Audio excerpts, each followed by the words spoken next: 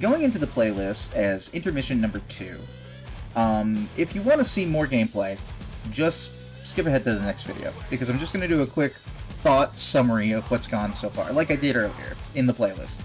Alright, so I'm not going to lie, I have very much concerns about where the game is going.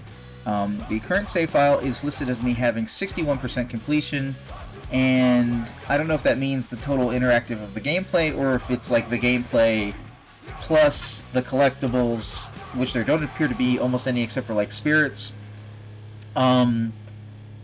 Plus going around maybe, I don't really feel like there's any side missions to do, but point being, one of the things I had to converse about after last stream that really bothered me was that, you see, the Geru have tenets of this thing called the Litany. The Litany is the rules that they live by, like these supernatural rules that they've imposed upon themselves, their entire culture. And obviously we're fulfilling Combat the Worm wherever it breeds and dwells. That's clear, we're doing that one. But then there's other things, like, one of them is Geru shall not mate with Geru. And the reason for that is because even though Geru are most comfortable amongst each other, you're not supposed to get together because it's actually a big supernatural taboo, because you will get a deformed child. They will be mentally, physically, or spiritually deformed in some way. They will be born in Krynos form. Yes, they will be born in the war form. When the mother is forced to be in the war form to give birth to the child in the war form, they are born with teeth and claws, unlike regular children, and everything is bad about, like, they're called metis. And I, to the best of my understanding, haven't seen any metis in the game so far. Now, which is weird because we went and looked at the spirits of fallen Geru earlier as one of the mission things that we could have done, and most of them were standing in war form, which when it happened the first time I was thinking to myself, oh, this is a metis who's fallen, we just didn't make any metis in this game. But actually, at least one of them was in lupus form, and none of them have been in Hamid form. So I don't know what that means. Right? It's just, they just picked a random form for their spirit to appear in after death? I don't know. And it's a weird way of trying to do basically the equivalent of gathering for the departed. See, one of the things dramatically missing from Werewolf the Apocalypse Earthblood is gifts. Some of them have names. For example, Spirit of the Fray is an ability you have in this game. Spirit of the Fray is a gift. Spirit of the Fray, if I recall correctly because it's been a while, allows an Ahroun character to go earlier in combat. It basically gives you a benefit on initiative, if I remember right. And I have been referencing other ones such as Blur of the Milky Eye, which allows you to, like, basically stand in place and just go invisible, and people not to be able to see you. So if somebody, so in stealth sections of this, like this game has, it would actually be pretty useful to have. You could get yourself into trouble. Guys could not currently have sight on you, but be about to round corners to come at you. You activate Blur of the Milky Eye, and part of the way Blur of the Milky Eye works is that guys will actually walk towards you and then just casually go around you, as if to not be able, as long as it's feasibly possible that they could move through the area without touching you, even though it looks like they're touching you, they will just walk around you, and that would be cool to have. And then quite separately, there's what did I say? That's Blissful Ignorance. So that's then Blur of the Milky Eye is the one where you can move, but you move slowly, and so you're not as easy to see. And at the very least, what they do in this game, they could have made that ability called that, and they didn't. And I don't know why they didn't. And basically, Geru are spirit flesh. They're not regular like humans. Humans have flesh, and they have a soul in Werewolf the Apocalypse. But in Werewolf the Apocalypse, the Geru don't have a difference between their spirit body and their physical body. They are made of spirit flesh. It is both spirit and flesh. It is the same thing. And one of the level ups you get, one of the abilities you get is once, as you're gaining renown, as you're gaining knowledge, as you're going out and seeking it, you can go and get yourself trained by spirits to learn some of the gifts of the spirits. That's a capital G gift, such that I've mentioned thus far. So you go and you converse with the spirits, You give them a boon, ask them nicely, or maybe they just like you because you're auspicious. Like, it really depends on the level of the spirit and the level of the gift you're going for, but you can learn gifts that way. And in learning gifts that way, you basically bring those spirit abilities into your spirit flesh, and you just have that ability forever. And that's very cool, and that's very useful. Now, along similar lines, something that we also probably should have seen happen at some point in this game, but we didn't, was rites. R-I-T-E-S, rites. Okay, they're rituals that the Geru can perform that take longer to perform than, like, gifts just become a part of you and, like, either innately abilities or stuff that you have to activate, but they're part of your spirit flesh. But rites are commonly performed can be done by one Geru, depending on what it is. It could be a minor rite. It could be a level 1 rite that's not a huge deal. But as bigger rites go, you get more and more Geru involved, and they can do bigger and badder things with these rituals that are performed. One of the big ones that would have been relevant to do in the course of this game is if we actually defeated all of the Endron stuff, blew up the building, took it out, whatever, we probably would have done our best to perform as large a rite of cleansing as possible. So that spirit world you saw in the last recording, where I forget the name of the totem spirit, took everybody into the Umbra for some reason.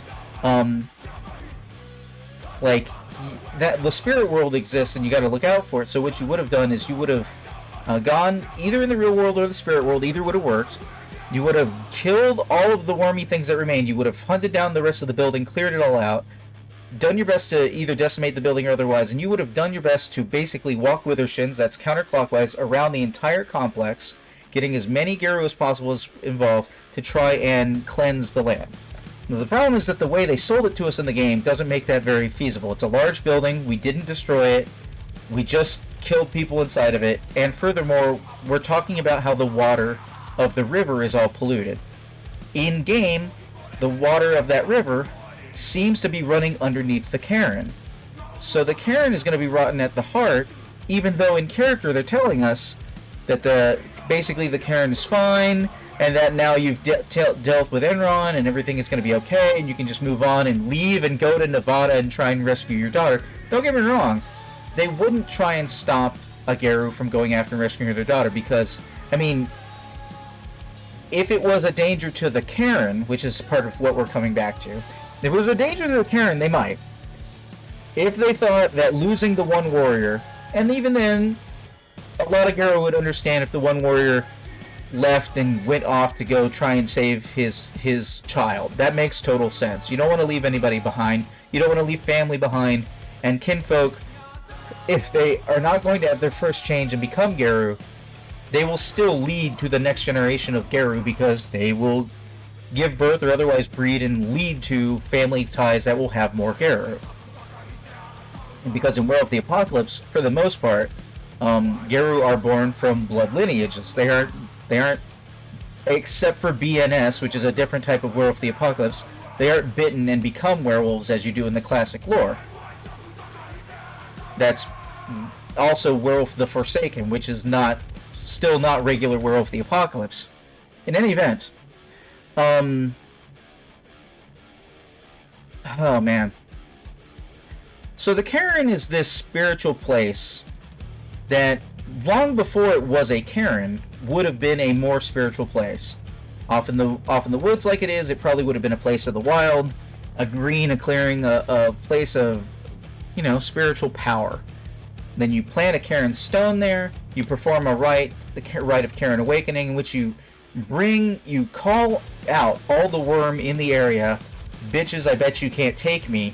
They come, they try and stop you, everything tries and stops you, and you stand your ground and you kill it all, and you cleanse the land of the worm, and all this stuff, and then the Cairn gets fortified, you pick a totem spirit, or rather, you probably picked up a totem spirit before you started the rite. Oh, you definitely did. And you complete the rite, and there you have a Cairn. Now you have an actual spiritual place of power that the Geru hold up, and they have to defend. Okay. But these are the lifeblood of Gaia, and the spiritual connection, the strength of the spirit of the earth. So, in the last recording, I got very, very unhappy, because I'm willing to let a lot of things slide for a video game, but there is the most important tenet of the litany is ye shall take no action that causes a Karen to be violated. Like, the Karen is the most important thing of all the important things. And, okay, and one of the things that can happen, which wouldn't have been bad to do in this instance, and would have made a lot of sense, actually, given the setup, is that, generally speaking, what's going to happen is all of the werewolf are going to stand their ground, and they're going to fight to the bitter end, and they're going to defend the Karen, and they're going to die on their feet, fighting, and that's how that's going to end. If the Karen is going to be overwhelmed, like it sounded like it was going to be at the end of the last recording, then that's what will happen. Quite separately, the main character in the pack could have been off the Karen grounds. They could have found out the Karen was being attacked. They could have shown up late to defend it. It could have been sacked, and we could have actually lost the Karen, which would not have been out of character, and definitely would have been some World of Darkness shenanigans to have happened. And then they would have gotten a little spiritual mark along the side of their face to indicate that they were present when a Karen fell, and they could have lived and moved on and tried to do whatever the next best thing they thought to do. They have nothing left for themselves, there's nothing they can do. Some of them may fall into Harano, which is a great, deep spiritual depression, but other than that, they could have gone on to the next mission, which apparently is taking us to Nevada, to rescue the daughter, because it's the only direction they have. Because at that point, they wouldn't have a Karen to defend, they wouldn't have a Karen they're leaving to go do something personal about, which is what they're doing in the setup for the game right now, and they would instead just be trying to do the best they can going forward. And eventually, they would come across some other Karen, because there's plenty of Karens out there, that needs defenders. They would have the mark of shame if they lost their Karen, but they could reclaim their honor, the mark could be taken away, and they could do something at some other Karen, and we could have a change of location. And that would be okay. That would be fine.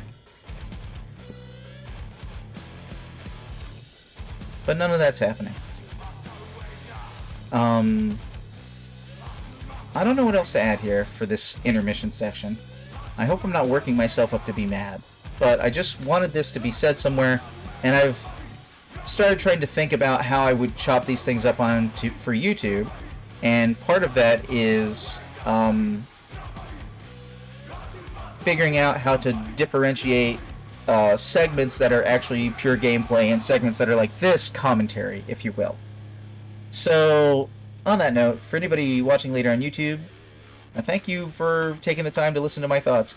Please leave comments below if you're a Werewolf the Apocalypse fan, or if you're not a fan. You can talk about how the game is or isn't winning you over based upon what you're seeing of it.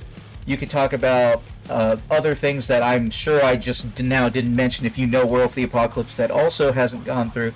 Like, overall, gameplay-wise, I'm enjoying the game, though it is very repetitive. But I mean, lots of games are, and if you're enjoying the core gameplay, that's what's important, and most of the core gameplay feels pretty good. The combat I enjoy because it's usually the result of either a mistake or me going, yes, I cleared this room as best I could, and now I'm doing this. One of those two results. There was one section in the last sitting in which there were a whole bunch of guys over to one side, and there was absolutely no way I could have done anything about them, and I was just going to be put into combat. And forced combat sections I hate in any games that have stealth. I wanted to say good stealth, but like Werewolf the Apocalypse Earthblood doesn't have like good stealth. It doesn't have bad stealth, that's important. It's not like fundamentally broken, doesn't function. It's just passable and occasionally janky, but mostly it's passable. And that's okay. And I really like the combat for the most part. I just get very upset by the uninterruptible regular guys with guns who are just going to shoot you, when at the very least, bare minimum, okay, even if I don't stop them, kill them, prevent them completely from shooting me, I should at least juggle them, knock them back, so I give myself more time to get out of the way and dodge. That's what I think. In any event, so this has been this intermission. If you watched the playlist, like I said, please leave a comment below, because I read all the comments, because most of the comments are just like spam. But like, I still look forward to any people who are actually watching these things leaving comments. So leave a comment below. What are your thoughts, either on the game as a non-werewolf fan, as a werewolf fan, or as somebody who is both a fan of video games and werewolf? Whatever.